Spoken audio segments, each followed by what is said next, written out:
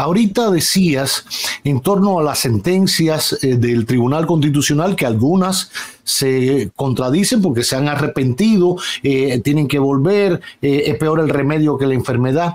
Hay una praxis, comentaba Miralba ahorita, sobre decisiones del Tribunal Constitucional que, por ejemplo, obligan a reponer a una persona o a reponer algo de... militar, un policía. Y personas de carrera que han recurrido, etcétera, etcétera. Y las instituciones públicas, en este caso, no lo cumplen. ¿Por qué pasa eso? ¿Qué manera hay? ¿Qué le obliga a una institución a acatar lo que diga el Tribunal Constitucional? Mira, los abogados tenemos, por efecto de nuestra cultura profesional, la idea de que desde la sentencia se puede resolver todo. Y no, desde la sentencia no se pueden resolver todo. No se puede transformar una sociedad, no se puede transformar fácilmente una cultura institucional. Y en República Dominicana, en el caso del Tribunal Constitucional, yo he hecho el ejercicio de leerme las casi 7.000 sentencias del Tribunal Constitucional. Oh, Dios mío. Qué bárbaro. Lo dejé en 6.915 y creo que en este momento hay 6.917. Y una cantidad impresionante de la sentencia del Tribunal Constitucional, yo me atrevería a decir que quizás el 10% o más, son sentencias de policías que reclaman ante el tribunal que fueron desvinculados de la institución de manera irregular. En muchos de esos casos gana la policía, pero también en muchos ganan las personas recurrentes. Y ahí entonces el tribunal se ha enfrentado a una situación, y es que instituciones como la Policía Nacional tienen una cultura autoritaria tan fuerte que es que no les importa lo que haga nadie. Y el legislador no previó, quizá porque por la idea que tenemos los abogados de que la sentencia de un tribunal es lo más grande, ya el fin real de un conflicto, cuando muchas veces no lo es, no se establecieron mecanismos que permitieran al Tribunal Constitucional ordenar por la fuerza del Estado la ejecución de sus sentencias. Entonces, eso es algo que también ha reclamado con alguna frecuencia el magistrado Ray Guevara. Eso es algo que tiene que solucionarse por un lado, y por el otro es que el problema del Estado Dominicano es precisamente ese, que muchas veces cree que la ley es para el otro y no para cumplir la ley. Buena interpretación. No, bueno, es así. Porque ¿cuál es la función de la policía? Si no es velar porque las leyes se cumplan. O sea, tiene que ser, junto con los jueces y los fiscales, la Policía Nacional debería ser, digamos, un faro de luz en el cumplimiento de la ley. Y evidentemente, y lo sabemos por queja directa del presidente del Tribunal Constitucional, no es así. Yo creo que eso es algo que tenemos que analizar dentro de todo este debate de la reforma policial, un poquito de ver qué hacemos con esa cultura. En ese caso, Ariel. Sí, en ese caso, abogado, cambiando un poquito la temática de la entrevista, las nuevas generaciones siempre apelan a sus derechos y a que conocen sus derechos. Más se da en el ámbito cuando la autoridad quiere ejercer algún tipo de presión sobre ellos, ya sea por multas de tránsito, detenciones que quizás ellos entiendan que son ilegales y conocen sus derechos, pero al final, la juventud dominicana, ¿usted entiende que está al tanto de los cambios que ha tenido la Constitución y de cuáles son sus derechos reales frente a diferentes ámbitos? Derechos y deberes. Sí, claro. Mira, yo, que ya rondo los 50, he aprendido que... Pero usted se mantiene muy bien, pues yo pensé que usted tenía algunos 30 o 40. No, ya casi, en pocos años. Mira, yo he aprendido que con el paso del tiempo uno va quejándose de los más jóvenes primero porque olvida su propia juventud. Claro. Y segundo, porque en lugar de reconocer que es uno que ha cambiado, quiere atribuirle a los jóvenes que son un desmadre completo. Mira, Desde los tiempos de la Grecia clásica está la gente de una generación quejándose de la gente que le sigue. Yo creo que los jóvenes dominicanos primero viven y reaccionan al mundo que nosotros le vamos dejando. Esa es nuestra primera responsabilidad. Los jóvenes dominicanos, si en este país hay tantos jóvenes que ni trabajan ni estudian, por algo es. Claro. Porque una persona que no estudia no puede crear las condiciones en el sistema educativo para poder estudiar, y si no hay trabajo tampoco es que... Entonces, yo pienso que el enfoque debe ser, más que si los jóvenes saben o conocen, es si nosotros les permitimos vivir en un ambiente en el que tengan conciencia de que sus derechos son importantes. Y te lo digo porque hay un asunto que nos perdemos cuando tenemos la discusión de los derechos y los deberes. Ciertamente no es que yo tengo uno y después tengo el otro, las dos cosas se tienen al mismo tiempo. Pero una persona a la cual la sociedad no le reconoce dignidad, no le brinda oportunidades, le cierra las puertas, lo discrimina, le dice que no es importante, esa sociedad luego no puede esperar que esa persona acepte como buena y válida sus reglas de juego, porque es que si tu regla de juego es que yo no valgo, yo no sirvo, yo no tengo dignidad, entonces ¿por qué yo tengo que aceptarlas? Entonces yo creo que realmente...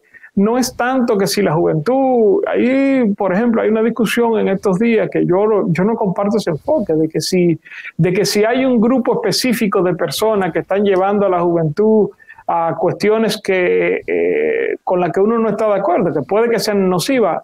Bueno, mira, yo creo que lo que lleva a la juventud a buscar soluciones fuera del mercado laboral es que no hay trabajo. O que, por ejemplo, los trabajos que hay no pagan. No son bien remunerados. No, claro, entonces, ¿cómo tú puedes exigirle a una persona? Porque el trabajo dignifica, y no es verdad, el trabajo digno dignifica. Claro. Entonces, yo creo que nosotros, y cuando digo nosotros me refiero a la gente que está en la edad en la cual puede tomar ciertas decisiones, puede tener cierta influencia, lo que tenemos que tratar es no esperar mágicamente tener una mejor juventud, sino trabajar para que esa juventud tenga un mejor país en el cual vivir. 100% de acuerdo. ¿Qué tipo de constitución tiene la República Dominicana? ¿Es necesario reformar nuestra constitución? Y si es así, ¿para qué? Bueno, mira, el tipo de constitución que tenemos, eso depende de qué enfoque tú le des. Y me explico, los abogados tenemos una capacidad increíble para crear categorías en las cuales meter las cosas, que somos más complejos en eso que los taxidermistas, es una cosa impresionante. Pero lo que nosotros tenemos, hay que distinguir siempre entre el texto constitucional, que es lo que nosotros llamamos constitución, y el sistema constitucional, que es ese acuerdo social, político, con la manifestación jurídica de la creación de un Estado, que sostiene nuestra vida en comunidad. Es decir, la constitución es simplemente una herramienta de ese sistema. Y por lo tanto está sujeta, o debe estar sujeta en los sistemas democráticos, por lo menos, a la voluntad cambiante de la población. ¿Qué tipo de sistema constitucional tenemos? Bueno, esto es una democracia constitucional y liberal, es un Estado social y democrático de derecho. Lo que busca este sistema es que haya varios factores que operen al mismo tiempo y de manera complementaria. Un Estado de Derecho, es decir, que y lo digo sin orden de importancia. No, lo voy a decir en orden de importancia porque la misma Constitución lo dice. La razón fundamental de la existencia del Estado es la defensa y promoción de los derechos fundamentales. Eso es lo primero.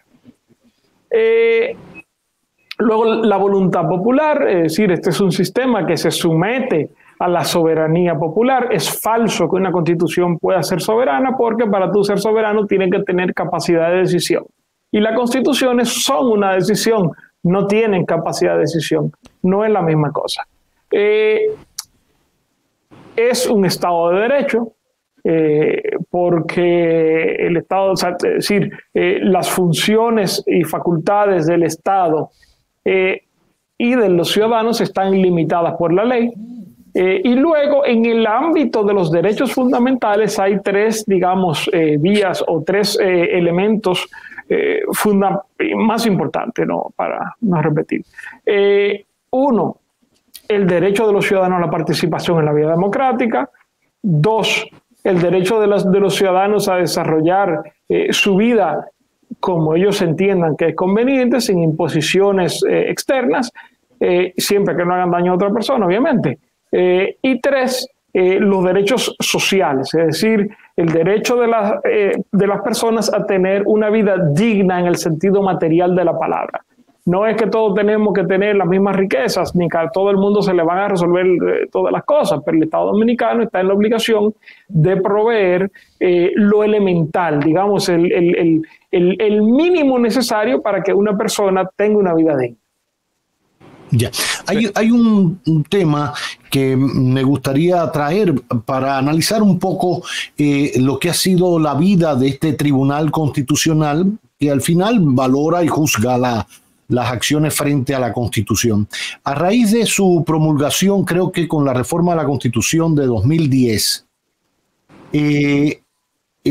nos involucramos en un debate que si era prudente o no, que si iba a traer más problemas que soluciones. Recuerdo que el magistrado Jorge Subero Isa, cuando aquello a la sazón titular de la Suprema Corte de Justicia, no estaba de acuerdo con este Tribunal Constitucional, y existía dentro de la Suprema Corte de Justicia una cámara que se ocupaba de esos temas. En tu opinión, ¿ha sido beneficioso que se implementara el Tribunal Constitucional? Mira, yo creo que ha jugado un papel importante. Creo que ha sido un tribunal que ha logrado hacer efectivo el control de la constitucionalidad, que la Suprema Corte de Justicia se creó el Tribunal Constitucional en parte porque había expedientes que tenían 13 años depositados, sí, y no habían sido fallados. Yo creo que sí, en sentido general, aunque hay sentencias y decisiones del tribunal con las que yo he sido muy crítico, yo creo que en sentido general el tribunal ha cumplido su rol. Ahora bien, las críticas a un tribunal constitucional o a la figura de los tribunales constitucionales, hay que ver, eso depende del enfoque, me explico. Una cosa es criticar a un tribunal constitucional en particular, que eso se le critica por sus decisiones, y otra cosa es criticar la existencia de un tribunal constitucional, de si es conveniente o no. Y yo te voy a ser honesto. Yo al principio estuve de acuerdo con Jorge Subero, después cambié de opinión y luego he vuelto un poco como al centro, porque a mí me preocupa mucho que el Tribunal Constitucional sea usado para sustituir a los poderes democráticamente electos en la toma de decisiones que son muy importantes. Y hay ejemplos de eso. Por ejemplo, en España, el Tribunal Constitucional Español anuló el Estatuto de Cataluña a finales del gobierno de José Luis Rodríguez Zapatero. Y de ahí se había logrado un acuerdo político y social, y el tribunal lo extrayó en 1000 pedazos. Y de ahí todos los conflictos que de aquella época para acá. Entonces, eso es siempre un riesgo.